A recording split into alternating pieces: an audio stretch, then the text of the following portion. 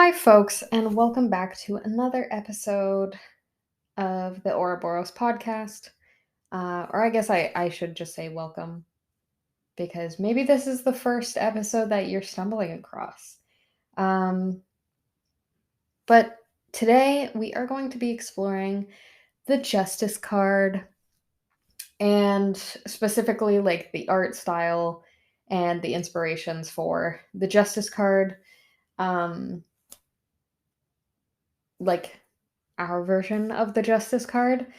Uh, but today we're also going to be diving into some really, really cool history. Like, we're just scratching the surface of some really interesting, um, maybe lesser known stuff about tarot in general.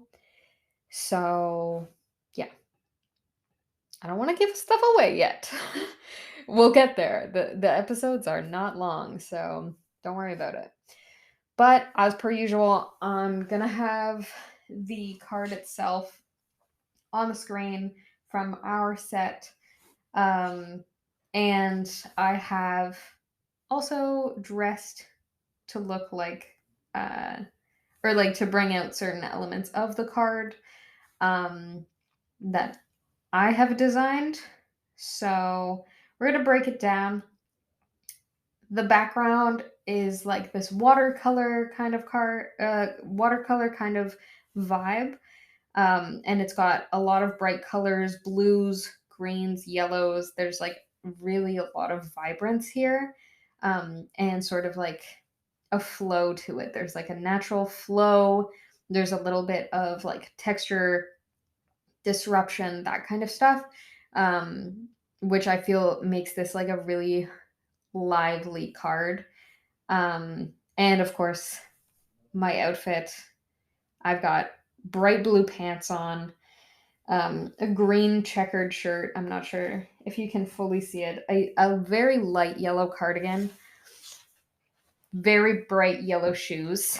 Um, and then I've got um, jewelry as well. And the jewelry I wanted like I've got a necklace on and like a crown kind of thing. So it sort of makes this circle, a wheel of gold around my face, which in the image itself, if you're watching on YouTube, it kind of mimics the golden wheel that sits just behind our main subject. Um, and I wanted to include the wheel because I felt like this card has a lot of links to the Wheel of Fortune. Um, and I wanted to kind of show those connections in a subtle form, because there is some sort of meaning with this card that represents like what goes around comes around in a way, like um, sort of this idea of like natural consequence, um, cause and effect, law, order, law and order SVU.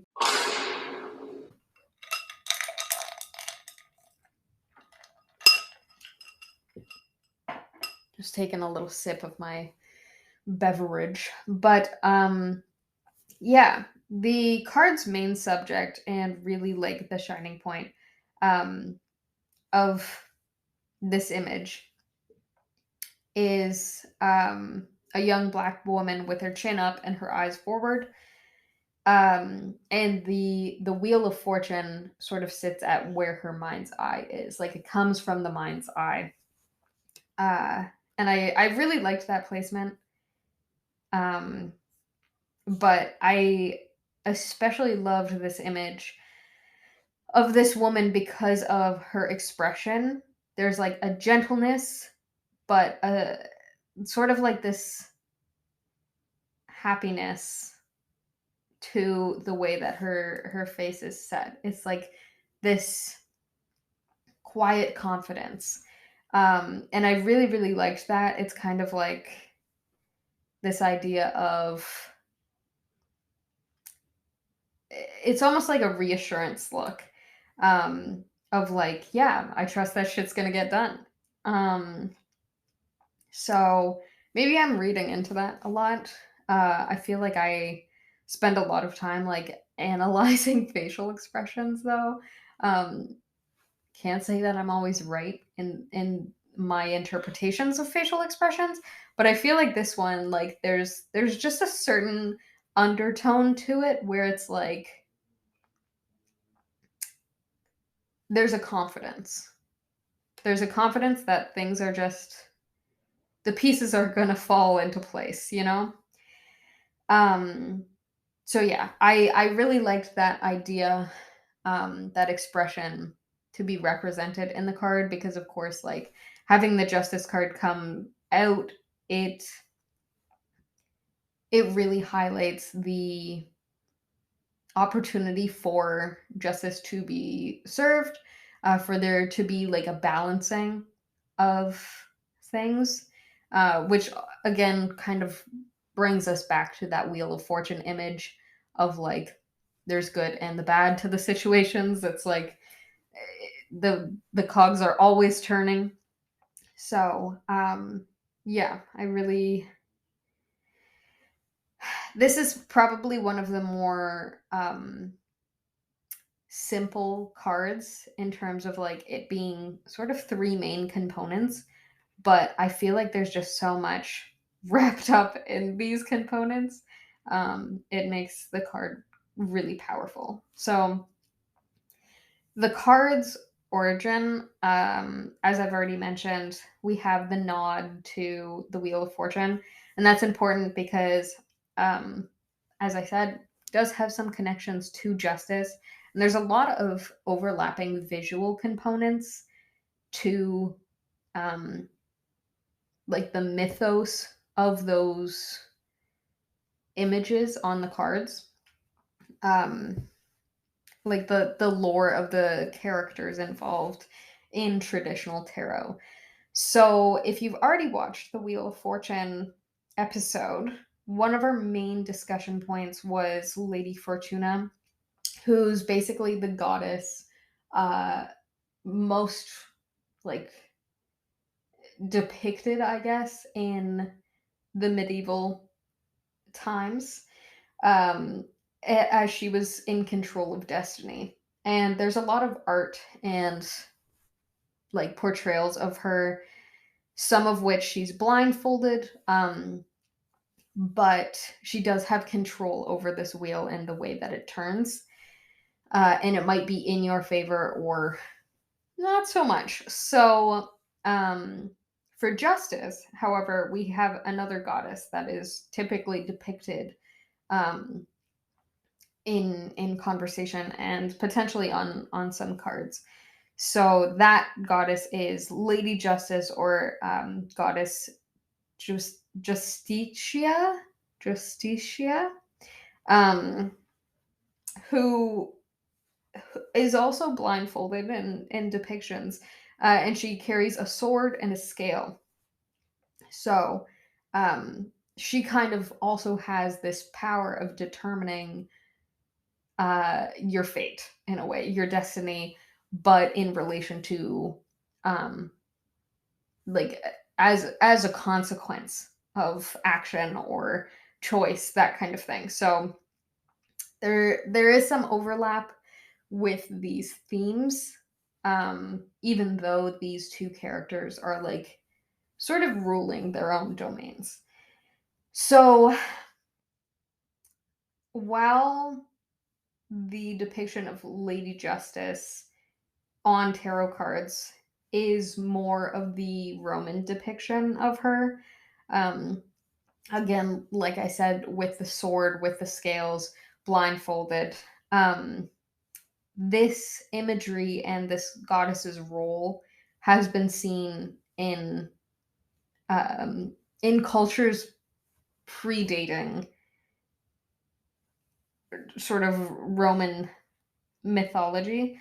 Um, Pointedly, ancient Egyptian culture, ancient Egyptian belief, um, had Mat, who represents the personification of harmony, truth, justice. Obviously, we wouldn't be talking about her without that. But also this cosmic balance. So again, we're looping back to that idea of like what goes around comes around, sort of something like restorative, the wheel turning. So in the stories of Mott, uh, she weighs the hearts of man against her iconic ostrich feather to see if they have lived truthfully and like truthful and just lives. Basically, the idea is if their heart is lighter than the feather, they've done a good job. Um, so yeah, this was kind of like a form of judgment at the end of the line, reflecting on how they lived their lives. So having made these cards in 2020 and with the influence of general society on art, I would be remiss not to also mention the slogan commonly seen and repeated during the BLM marches and gatherings, especially in the summer of that year, 2020. You may have heard or seen images with "No justice, no peace" written on it during those protests and the images released surrounding them. So it might have been a turn of phrase, um, something that when you hear justice, you might immediately associate it to that point in history. So I wanted to quote an article written by a Ted Lewis. I tried to find more about him. And unfortunately, there was just like a bunch of other people throughout history named Ted Lewis. Um, but the article had like a really really good excerpt. So here it is. Quote: no justice, no peace is a slogan which represents the intransient pursuit of justice against all the forces of containment wielded by the state, against the voices of the white moderates who would blame protesters for the violence of the police, and against all those who fail to grasp King's lasting message that politics of overcoming injustice is a politics of revolutionary change. From King's approach, the phrase can have a wider and longer meaning. End quote. And we've got another quote that kind of continues this idea. As long as injustice remains in society, we will not stay quiet. We will continue to disturb the peace until we see true transformation. So the idea of like there will be no justice until, or there will be no peace until there is justice, is sort of like condensed into this no justice, no peace. It's like a very simple equation, to get the point across that it's like this is the basics. This is the starting point of ethics. So yeah, and I thought that was like important to include, especially since I am, you know, filming this during Black History Month. I thought that it was like important to kind of note the history that has been made very recently, and continues to be made through these organizations and protests. So, yeah, I wanted to touch on that. Um, and while these aspects greatly influence the development of this card's imagery, I figured it would also be good to pair this card specifically, like I said, with sort of the topic of the month and have the opportunity to discuss more like Black history relating to tarot. Um, and I have mentioned the name Pamela Coleman Smith a few times throughout the series.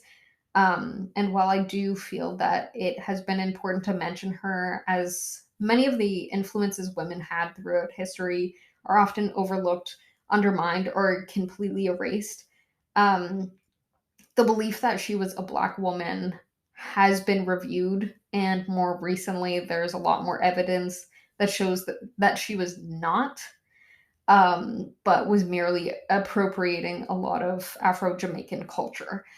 So we don't love that.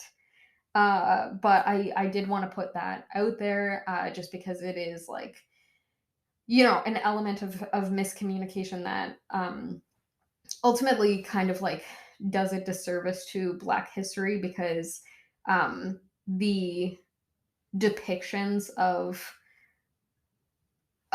Blackness that she presents are caricatures and, like I said, appropriated, kind of manipulated and made to be like a showpiece, which just like not okay. So we are leaving her behind. Um, as a woman, made a contribution to tarot and the imagery, and that is just her place in history. But that said, we do have a extensively rich um, Black history in terms of tarot, the occult, and mysticism, that really kind of started this whole thing. And I feel like, even though it's kind of touched on, it's not really extrapolated on, because there's very limited resources talking about it. But as I said at the beginning, we're just kind of scratching the surface with with what we're going to talk about today. Okay, so we talked about the history of the cards and how the physical cards that we've come to know today came to be sort of around Italy, or in Italy around the 1500s or so. But there's actually a lot of ties and beliefs that there are origins to the tarot, or at the very least, this kind of form of divination, that are rooted in concepts from ancient Egyptian culture. So, um, yeah, we're going to Africa in this episode, folks. Buckle up. Hope you got your passport. So, not only that, we're time traveling. So, within the ancient Egyptian text known as the Egyptian Book of the Dead, there is a section titled the Tablets of Aeth. And these are believed to be strong influences. Please don't quote me on the pronunciation. I did try to find like how to pronounce that. And as far as I know, it's sort of like ether. Um, but it is spelled Aeth, in the sources that I've found. So, um, yeah, it uh, it is believed to be of strong influence for the tarot itself, if not the actual original origin. So, um, obviously, we have a much more Eurocentric um, tarot that we see nowadays, but it's important to kind of like trace back and kind of consider the roots that it may have had outside of the Eurocentric portrayal and depiction that we see with the cards that are used more commonly today. So, while there's nothing fully studied to prove that this is the case, um, or at least through what I could research on my own, what has been studied of these tablets and their symbolism and supposed intentions relates very well to the tarot as we know it today. So, to start off within this book, and specifically within the tablets, we have 108 steps that kind of describe the spiritual journey in the book itself.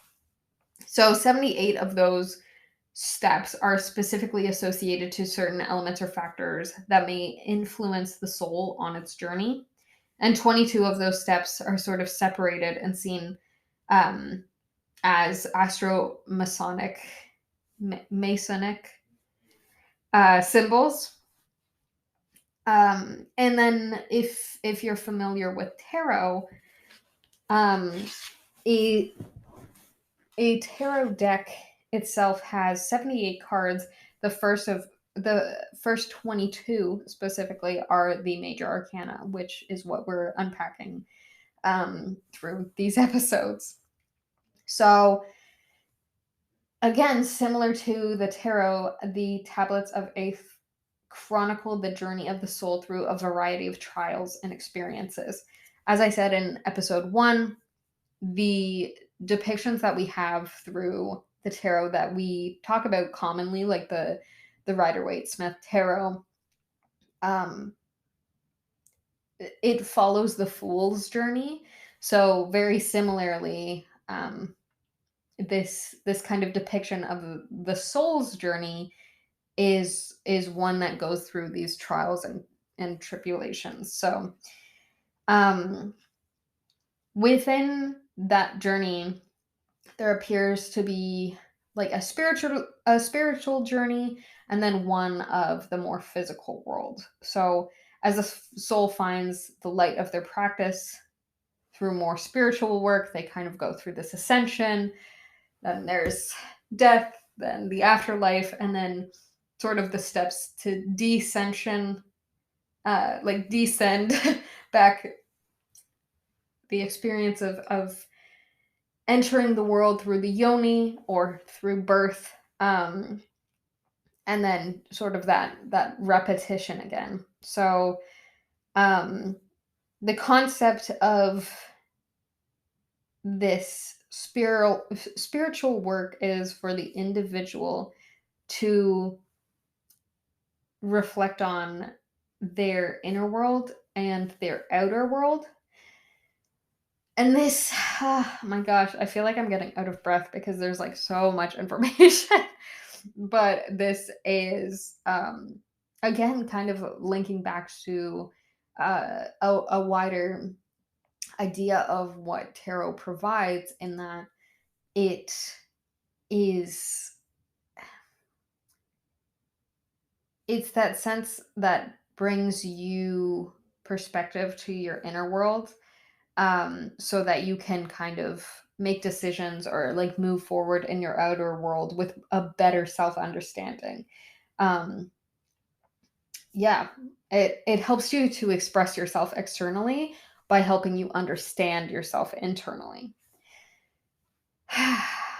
Which is like, so it's so cool to like read this, because when I was younger, I was absolutely obsessed with ancient Egyptian lore and culture and burial practices and just everything. I was super into, those, like, it was like Egyptology books. Oh my gosh, I'm surprised I didn't own it, but every time I was in the library in elementary school, checking that book out. I loved it. Anytime that I have free time to read in the library, I was looking at that book. Either that or ghost stories. But anyways, so I guess part of that like made an impression on me and my business as well. Um, because that's sort of like a mentality and stuff that I wanted to bring into my business. So it's really incredible to see that reflected back, as like the intention, like the really deep rooted intention of where tarot may have come from, because I feel like it's come full circle, and it's just made for an incredible opportunity to like reconnect with different levels of the self. um, Thank you, ancient Egypt. You just keep keep on slaying. I don't know what I'm saying. Anyways, um, But yeah, another similarity that this ancient Egyptian text kind of chronicled um, is the journey with the tarot through the four elements as well. So we have air, fire, water, and earth that we see in the suit cards that we know today: swords, wands, cups, pentacles, respectively. So, along with that, many characters or sort of symbolic energies that we see in our that we see sort of um, through this original journey of the soul in the tablets are very similar or similarly described to um, the the characters that we see specifically in the major arcana. So I believe one that's like very specific and the same between the two sources is the Hierophant. Um, so it's really, really interesting to see that reflection. Um, it kind of does make me sad that there isn't more information on this and it's not as recognized or available. I'll definitely be hunting down the ancient Egyptian Book of the Dead, along with several other texts that I have found in researching this, um, to learn more because I this has only just piqued my interest. But anyways, um, of course, with the original 108 sort of steps, which is also a very interesting number, as it's like highly spiritual and viewed in a lot of different ways. I believe um, certain like beaded items in various religions also have like 108 beads. I think rosaries in some cases might. Um, and then on top of that, like I I think it's baseballs have 108 stitches also for that kind of like spiritual or religious superstition context. Um, just fun additional facts about numbers, I guess. But yeah, there's 108 steps in this sort of journey of the soul in a variety of contexts. Um, so obviously, the 78 cards that we have access to don't even cover all the things that are discussed. And there's, of course, inclusions of uh, and connections to astrology, which, like, we've just barely touched, we've grazed ever so slightly when we talked about the Wheel of Fortune card and how the wheel is connected to the heavens or the zodiac spheres, um, heavenly spheres and the zodiac, I should say. Um, and we're just touching on it here.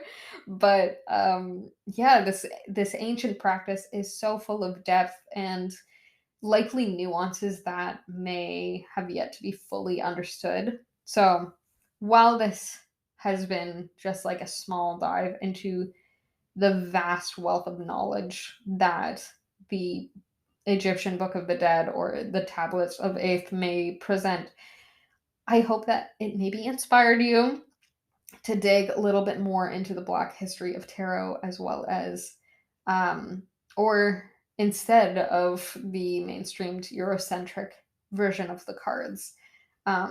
Because oftentimes, sort of a combination of these things, or the occurrence of two things with sort of similar themes happening in various places throughout the world might might be impactful to like compare and contrast. I think it would be really, really interesting. Um, honestly, I would read the shit out of something like an essay.